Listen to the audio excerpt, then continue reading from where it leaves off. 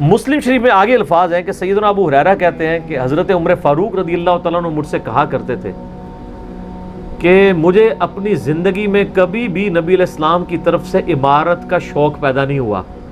یعنی وہ کہتے تھے میری ایک یعنی زندگی میں جو عمارت والا معاملہ ہے میں اس سے دور ہی بھاگتا ہوں. آپ کو پتہ ہے نا حضرت ابوبکر کا بھی جب یہ مشورہ شروع کیا تو حضرت عمر نے سب سے پہلے کہا کہ جی مجھے تو ہم معافی رکھیں, باقیوں میں سے کوئی مشورہ کر لے, میں جو بھی مسلمان راضی ہو جائیں گے. حضرت ابوبکر نے بھی سب سے مشورہ کیا, حضرت عمر سے نہیں کیا. اور سب سے مشورہ کیا کیا کہ اس کو کر دوں, تو سب نے کہا ٹھیک ہے. جب اناؤنسمنٹ کی تو حضرت عمر نے کہا کہ بھی آپ نے مجھ سے مشورہ, ان کا مجھے پتا تھا تم نے تو ماننا ہی نہیں ہے, تو بس اب اس کو مسلمانوں کے مشورے کو قبول کرو. تو حضرت عمر کی ایک طبیعت میں ایک عاجزی والا معاملہ تھا, اور آپ دیکھ لیں کہ یہی عاجزی ہے جو ان کو ایمان کی طرف لے آئی ہے. نبی علیہ السلام کی ترمذی میں دعا ہے نا, اے اللہ عمر ابن حشام اور عمر ابن خطاب میں سے ایک کو اسلام کی دولت دے دے. ابو جہل کو کیوں نہیں ملی؟ میں آپ کو ایک ہی فرق ایک ہی بندے کی زبانی بتا دیتا ہوں. حضرت عبداللہ ابن مسعود کہتے ہیں, صحیح بخاری میں آتا ہے کہ جب اس مرنے کے قریب تھا, جو 2 بچوں نے اس کو قتل کر کے نیچے گرایا, بھی اس کی رمق باقی تھی, تو میں اس کی جب گردن کاٹنے کے لیے اس کے سینے پہ چڑھا تو مجھے کہنے لگا کہ تم ایک یعنی کم ذات کے آدمی نے ایک بہت بڑی سواری کے اوپر سوار ہوا ہے اور میری گردن کو نیچے سے کاٹنا تاکہ سردار کی گردن نظر آئے. یہ اکڑ آخری وقت میں بھی نہیں جا رہی ہے, ٹھیک ہے جی. اور دوسری طرف آپ حضرت عمر فاروق رضی اللہ تعالیٰ عنہ کو دیکھیں کہ بلال حبشی کو کہہ رہے ہیں, صحیح بخاری میں حدیث ہیں کہ ابوبکر ہمارے سید ہیں جنہوں نے ہمارے سید بلال کو آزاد کروایا. عرب کے بنو عدی کا سردار ایک حبشی کو, یہ آپ امیجن ہی نہیں کر سکتے آج کہ خاندانی وہاں پہ نظام, قریش تو اپنے برابر کسی کو سمجھتے نہیں تھے, سیدنا بلال کہہ رہے ہیں.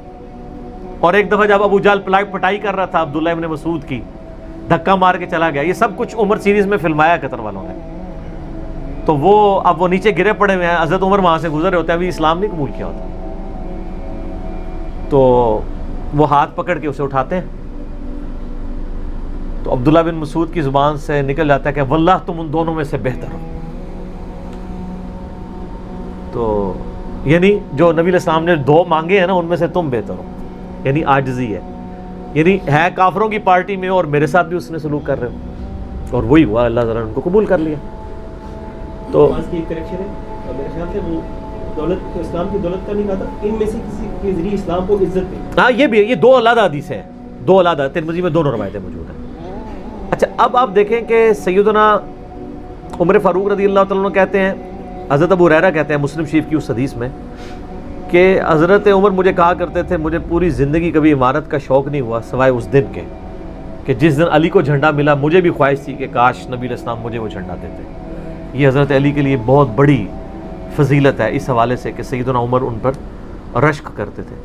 باقی ایک سنن کبریٰ البیہقی میں من گھڑت روایت ہے کہ حضرت عمر کہا کرتے تھے, وہ جو ایک بڑی مشہور بیان کر رہے ہوتے ہیں کہ جی وہ ستاروں کے برابر کس کی نیکی ہیں. حضرت عائشہ نے پوچھا تو ان کا بھی تیرے باپ کی ہیں, تو حضرت عمر کی ہیں, تو پوچھا کہ میرے باپ کی, ان کا جی ان کی تو ایک نیکی جو ہے وہ غار ثور کی سب پہ بھاری ہے. اس حدیث کو شیخ البانی نے, شیخ زبیلی زئی صاحب نے, دونوں نے لکھا ہے یہ موضوع حدیث ہے, وضع کی گئی حدیث ہے, لیکن یہ ہمارے مسلمانوں کے بچے کو یاد ہے. جعلی حدیث ہے, ضعیف نہیں سر, گھڑی ہوئی حدیث ہے. اور جو مسلم شریف کی حدیث تھی وہ ہم نے آگے ایکسپلور کیا کہ حضرت عمر کہتے تھے مجھے علی پر رشک ہے کہ مجھے وہ جھنڈا نہیں ملا اور علی کو ملا. دوسری طرف سیدنا علی بھی سیدنا عمر سے بڑی محبت کرتے تھے. ہاں, بخاری اور مسلم دونوں میں حدیث ہے, مشکات میں بھی آپ کو مل جائے گی 3 جلد میں, حضرت ابوبکر عمر کے فضائل کے چیپٹر میں. عبداللہ ابن عباس کہتے ہیں کہ سیدنا عمر کی میت رکھی ہوئی تھی اور لوگ ان کی میت پہ رو رہے تھے اور اپنے اپنے انداز میں ان کے اوپر سلام پیش کر رہے تھے کہ آپ کی وجہ سے اللہ نے اسلام کو اتنا عروج دیا, رومن اور پرشین امپائر گر گئیں, یرموک اور قادسیہ میں اللہ نے مسلمانوں کو فتوحات دیں.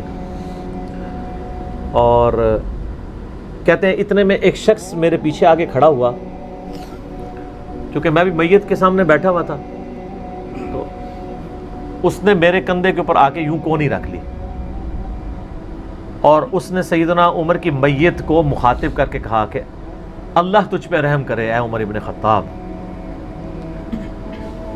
میں نے اللہ کے محبوب صلی اللہ علیہ وآلہ وسلم سے بارہا سنا تھا کہ میں ابو بکر اور عمر فلاں جگہ گئے، میں ابو بکر اور عمر داخل ہوئے، میں ابو بکر اور عمر نکلے، مجھے امید تھی کہ تم اپنے ان دو ساتھیوں کے ساتھ جا کے ملو گے۔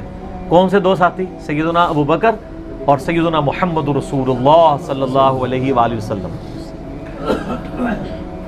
اور اللہ کی قسم اس روئے ارض پہ تم وہ شخص تھے کہ مجھے خواہش ہے کہ میں تمہارے اعمال کے ساتھ اللہ کے حضور پیش ہوں۔ ظاہر ہے اتنا بڑا عروج سر، انسانی تاریخ کا سب سے بڑا ریولوشن نبی علیہ السلام کا، اس کی ایپیکس سیدنا عمر کے دور میں ہوئی ہے، اور یہ اللہ کا معجزہ ہے۔ نبی علیہ السلام کی مبارک زندگی میں انقلاب آتا نا تو اس طرح کے تو بہت لیڈر پہلے بھی آئے تھے جنہوں نے اپنی زندگیوں میں انقلاب لے کے آئے تھے۔ یہ معجزہ یہ تھا کہ وہ شخص دنیا سے چلا گیا، ہزاروں اس کے ماننے والے مرتد ہو گئے عرب قبائل، اور چند مخلص ساتھی ساتھ ہیں، اس کے باوجود اللہ نے رومن اور پرشین امپائر الٹوا دیے۔ کتنا بڑا معجزہ ہے۔ اگر نبی علیہ السلام اپنی مبارک زندگی میں کر جاتے، وہ تو اسکندر اعظم بھی کر گیا، بعد میں چنگیز خان نے بھی کیا، بڑے بڑے لیڈر آئے۔ یہ ڈفرنس ہے، ایک یہ ڈفرنس، اور دوسرا ڈفرنس یہ کہ نبی علیہ السلام نے اپنی وفات کے بعد 10 سال بعد، 20 سال بعد، 30 سال بعد، 50 سال بعد، ایون 500 1000 سال بعد ہونے والے واقعات کو بھی بیان فرما دیا کہ یہ ہوگا۔ آج تو ہم تاریخ میں دیکھ سکتے ہیں کہ وہ سب کچھ ہوا ہے۔ اگر آپ کو شوق ہو تو دلائل النبوہ امام بیہقی کی کتاب ہے، 3500 حدیث پہ، 5ویں صدی ہجری میں لکھی گئی ہے۔ اس میں 500 سال میں جو نبی علیہ السلام کی پروفیسیز پوری ہوئی ہیں نا، منوان اسی طریقے سے موجود ہیں۔ بخاری مسلم میں جو حدیثیں ہیں تاتاریوں سے جنگوں والی، وہ اس وقت تک نہیں ہوئی تھیں، حدیثیں تو پہلے سے موجود تھی، آج تو ہم ان کو بھی درست مان رہے ہیں۔ ٹھیک ہے، نبی علیہ السلام نے پریڈکشن کی تھی کہ ان قریب کیسر روم ختم ہوگا، قیامت تک کوئی کیسر نہیں ہوگا، بخاری مسلم کی حدیث ہے، اور دیکھ لیں قیامت تک کوئی کیسر نہیں ہوا۔ ان قریب پرشین امپائر ختم ہوگی اور قیامت تک کوئی کسرا نہیں ہوگا۔ آج دیکھ لیں 1400 سال ہو گئے ہیں سر۔ یہ اسی طریقے سے ہے کہ میں کہوں کہ ان قریب امریکہ اور رشیا ختم ہو جائیں گے ود ان فیو ایئرز، اور قیامت تک کبھی ان کو پاورز نہیں ملیں گی جو کہ ابھی پاور ہیں اور جن کی صدیوں سے چل رہی ہیں، اور وہ پھر پاور بھی ان لوگوں کے ہاتھوں ہوئی ہیں کہ جن کے پاس اسلحہ بھی نہیں تھا ان کے ساتھ لڑنے کے لیے، مین پاور بھی نہیں تھی ان کے لیول کی، الٹوا دی اللہ تعالیٰ نے۔ تو سیدنا علی نے کہا کہ یعنی ابن عباس کہتے ہیں کہ حضرت عمر فاروق رضی اللہ تعالیٰ عنہ کی میت پہ یعنی یہ کلام وہ جو شخص میرے یعنی کندھے پہ کونی رکھ کے کر رہا تھا نا، تو میں نے جب اس کو مڑ کے دیکھا تو وہ علی بن ابی طالب تھے جو سیدنا عمر کے بارے میں یہ کلمات کہہ رہے تھے۔ تو یعنی ان لوگوں کی للہ یہ تھی کہ وہ تعریف کیا کرتے تھے اور کوئی آر محسوس نہیں کیا کرتے تھے۔ اور آپ دیکھیں سیدنا عمر کی بھی کتنی محبت تھی سیدنا علی سے کہ جب کبھی بھی فارن ٹور پہ جاتے تھے اپنی جگہ حضرت علی کو خلیفہ بنا کے جاتے تھے، کیونکہ نبی علیہ السلام جب تبوک پہ گئے تھے تو سیدنا علی کو چھوڑ کے گئے تھے، بخاری مسلم میں آتا ہے۔ حضرت علی رو پڑے، پہلا اور آخری موقع تھا کہ جنگ میں نہیں گئے، تو فرمایا تم اس پہ راضی نہیں ہو، تمہاری میرے ساتھ وہی نسبت ہے جو ہارون کی موسیٰ کے ساتھ، مگر میرے بعد کوئی نبی نہیں۔ تو حضرت عمر اس سنت پہ عمل کرتے تھے، جب بھی وہ جاتے تھے، جب بیت المقدس فتح ہوا چابیوں کے لیے انہوں نے بلایا، سیدنا علی کو اپنی جگہ چھوڑ کے گئے، اس سنت پہ عمل کیا کرتے تھے۔ اور یہ بات شیعہ کے ہاں بھی ملتی ہے۔ میری ایک شیعہ عالم کے ساتھ ایک دفعہ بحث ہوئی، 2011-12 کی بات ہے، تو مجھے کہنے لگے کہ حضرت عمر جو ہے نا حضرت علی کو خلیفہ بنانے میں مخلص نہیں تھے، اسی لیے انہوں نے 6 رکنی کمیٹی بنائی، ان کو چاہیے تھا ڈائریکٹ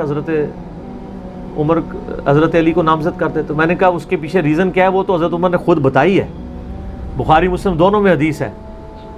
ابن عمر کہتے ہیں جب حضرت عمر کو زخم لگا اور اب ہمیں یقین ہو گیا کہ وہ جانور نہیں ہوں گے، کھاتے تھے تو انتڑیاں کٹ چکی تھی، یہیں سے وہ سب کچھ نکل جاتا تھا، تو ہم نے عرض کیا کہ اپنا خلیفہ کسی کو نامزد کر دیں۔ تو انہوں نے کہا اگر میں اپنا خلیفہ کسی کو نامزد کرتا ہوں تو میں اس کی سنت پہ عمل کرتا ہوں جو مجھ سے بہتر ہے، ابو بکر، اور اگر میں نہیں کرتا تو میں اس کی سنت پہ عمل کروں گا جو ان سے بھی بہتر ہے، یعنی رسول اللہ صلی اللہ علیہ وسلم۔ ابن عمر کہتے ہیں جب میں نے حضرت عمر کی یہ بات سنی نا تو مجھے سمجھ آ گئی کہ اب حضرت عمر کسی کو نہیں بنائیں گے، کیونکہ وہ ہمیشہ ہر معاملے میں نبی علیہ السلام کی سنت کو پرائورٹی دیتے تھے۔ اور وہی ہوا کہ انہوں نے کہا کہ میں 6 رکنی کمیٹی بنا رہا ہوں. بخاری کے اور مسلم کے الفاظ ہیں کہ میں اپنے بعد اس امر خلافت میں ان 6 بندوں سے زیادہ کسی کو اہل نہیں سمجھتا جن سے رسول اللہ صلی اللہ علیہ وآلہ وسلم اپنی وفات تک راضی رہے. اور فرمایا علی، عثمان، طلحہ، زبیر، عبد الرحمن بن عوف، سعد ابن ابی وقاص. اچھا یہ کون ہے؟ عشرہ مبشرہ ہیں. عشرہ مبشرہ میں سے یہ 6 بندے باقی تھے اور ایک 7واں بھی تھا. اس کا نام اس لیے لیا کہ ان کا بہنوئی تھا، سعید ابن زید.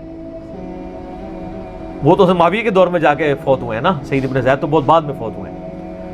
اور اسی بخاری میں الفاظ ہیں کہ عبداللہ بن عمر کو مشورے میں ضرور شامل کرنا لیکن اس کو کوئی خلیفہ نہ چنے.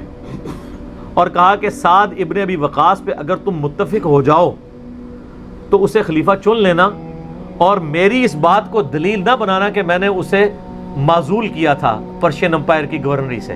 کہیں ایسا نہ ہو کہ تم اس پہ متفق اور کہو کہ اس کو تو عمر نے اتارا ہوا تھا، اینو تے رہن دو، اس دے باسٹ ایف لگ گئی ہے. یہ باسٹ ایف ہے ہی جعلی چیز ہے. اسلام میں کوئی باسٹ ایف نہیں ہے. اسلام میں یہ نہیں ہے کہ آپ کو مطلب موت کے غرغرے تک توبہ قبول ہے. آپ ایک بندے کے ساتھ معاملہ ہو جاتا ہے اور وہ توبہ طائب ہو جاتا ہے تو بس ٹھیک ہے. وہ تا حیات نائل کوئی نہیں ہوتا. اسلام میں کوئی تا حیات نہیں ہے. اللہ تعالیٰ کے ساتھ گستاخی کرنے والے کے لیے بھی جامعہ ترمذی میں حدیث ہے کہ موت کے غرغرے تک جو ہے وہ توبہ کا دروازہ کھلا ہوا ہے، موت کے غرغرے سے پہلے. تو 62 ایف نہ لگا دینا اس پہ. وہ ایک معاملہ تھا، وہ حضرت عمر کسی کو 4 سال سے زیادہ گورنر رہنے نہیں دیتے تھے تو انہوں نے ان کو ہٹا دیا تھا. تو یعنی ان لوگوں کی یہ للائیت ہوا کرتی تھی. تو میں نے اس کو کہا کہ دیکھو کہ یہ وجہ تھی کہ انہوں نے نبی الاسلام کی سنت پہ عمل کیا کہ میں ان 6 بندوں سے نبی الاسلام راضی تھے، میں اس کمیٹی بناؤں گا. میں اور اس میں الفاظ ہیں بخاری مسلم میں کہ میں زندگی بھر تمہارا بوجھ اٹھاتا رہا، اپنے مرنے کے بعد تمہارا بوجھ نہیں اٹھاؤں گا، تم خود اپنا خلیفہ چن لینا ان 6 میں سے. یعنی میں کسی کو نامینیٹ نہیں کروں گا. دوسرا میں نے اس شیعہ عالم سے یہ بات کی کہ حضرت عمر اتنے بڑے رسک کے اوپر تھے کہ جس نے پوری دنیا کو الٹ دیا ہے اور وہ چند بندے لے کے رومن اور پرشین امپائر کا وزٹ کر رہا ہے. کوئی بھی قافلہ ان پہ حملہ کر کے ان کو شہید کر سکتا تھا. اور اگر خدا نہ خواستہ اس دوران وہ شہید ہو جاتے تو حضرت علی آٹومیٹکلی خلیفہ ہوتے کیونکہ ان کو چھوڑ کے گئے ہوئے تھے. یہ ان کا اخلاص تھا. پھر سیدنا عمر نے حضرت علی کو چیف جسٹس لگایا ہوا تھا حجاز کا. چیف جسٹس آج کل نہیں سنبھالا جا رہا، اور اس زمانے میں جب اسلام کا دورہ ہو، عدل کا نظام ہو، اور تینوں جو زہد کے امام تھے نا حضرت عمر نے ان کو چیف جسٹس لگایا تھا. رومن امپائر گری، اصحاب صفہ میں سے ابو درداء کو لگایا، سب سے غریب ترین صحابی. یہ ان کا کرائٹیریا تھا. ابو سفیان، بڑے بڑے لوگ جو اینڈ پہ مسلمان ہوئے، یہ لائنیں بنا کے کھڑے رہتے تھے. حضرت عمر ان کو نہیں ملتے تھے جب تک باقیوں سے فارغ نہ ہو جائیں. وہ کہتے تھے ہم سردار، ان کا نہیں، تم اسلام میں بعد میں آئے ہو. اور وہ مہاجرین کے وظیفے اور اصحاب بدر کے وظیفے انہوں نے باقیوں سے ڈبل لگائے ہوئے تھے کہ انہوں نے برے وقت میں اسلام کا ساتھ دیا. اور پرشین امپائر گری، عبداللہ ابن مسعود، زہد ترین صحابی، زہد کے امام، ان کو وہاں پہ چیف جسٹس لگایا. اور حجاز کے اندر سیدنا علی کو لگایا. اور اس سے بھی بڑھ کے سیدنا علی ابن ابی طالب کی ایک بیٹی ہے ام کلثوم، سیدہ فاطمہ سے ان کا رشتہ مانگا سیدنا عمر کہ میرا اہل بیت رسول کے ساتھ رشتہ بن جائے. صحیح بخاری میں بھی اس کا ذکر اشارتاً موجود ہے ام کلثوم کا. شیعہ اور سنی دونوں کے ہاں ان کی کتابیں تو مانتی ہیں، بابے نہ مانے تو علیحدہ بات ہے. کتابوں میں موجود ہے کہ سیدنا عمر فاروق کی بیوی تھی ام کلثوم، اور سلام اللہ علیہا. اس کی وجہ سے یعنی انہوں نے ایک فخر محسوس کیا کہ میرا اہل بیت کے ساتھ ایک رشتہ داری والا معاملہ ہو جائے. تو سیدنا عمر اس طرح کے معاملات کے اندر اہل بیت کے ساتھ بہت حسن سلوک والا معاملہ کیا کرتے تھے.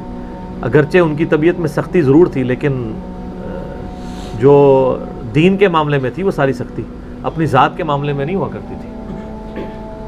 صحیح مسلم میں ایک حدیث ہے، اسی پہ میں کنکلوڈ کرتا ہوں کہ سیدنا عمر نے ایک خواب دیکھا کہ مجھے ایک مرغے نے خواب میں ٹھونگے ماری ہیں.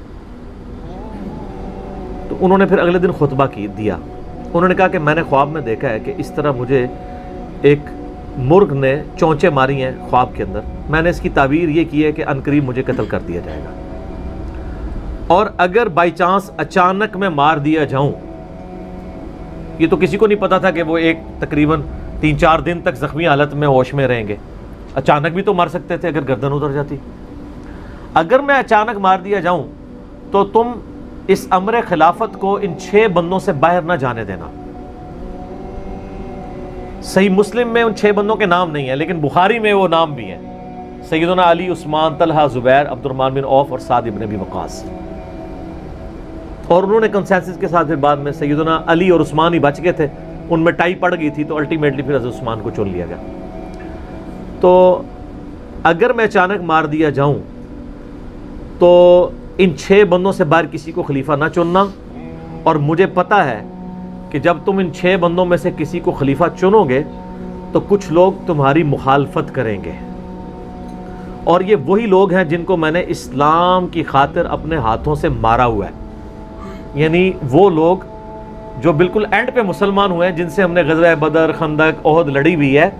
اب یہ اینڈ پہ مسلمان ہوئے ہیں، چونکہ وہاں پہ بھی انہوں نے حکمرانی دیکھی ہوئی ہے، تو یہاں پہ بھی ان کی خواہش یہ ہوگی کہ ان میں سے کسی کو خلیفہ چنا جائے.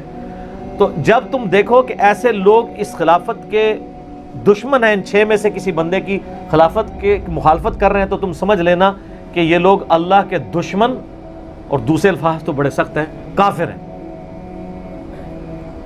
اب اس کی انجینئرنگ میں نہیں کرتا، وہ پھر کسی اور طرف بات چلی جائے گی. آپ میرا ریسرچ پیپر واقعہ کربلا کا حقیقی پس منظر 72 صحیح الاسناد احادیث کی روشنی میں، جس میں میں نے 200 روایتیں اکثر بخاری مسلم سے پیش کی ہیں، اس کے سٹارٹ میں نے حدیث لکھ کے پھر لکھا ہے کہ اب آئندہ صفحات میں آپ کو پتہ چلے گا کہ سیدنا عمر اسلام کا دشمن کن لوگوں کو سمجھتے تھے. اور یہی الفاظ صحیح بخاری میں عبداللہ بن عمر نے بھی استعمال کیے تھے. کس کے بارے میں کیے تھے وہ ہمارا اب ریسرچ پیپر پڑھ لیں. ٹھیک ہے جی.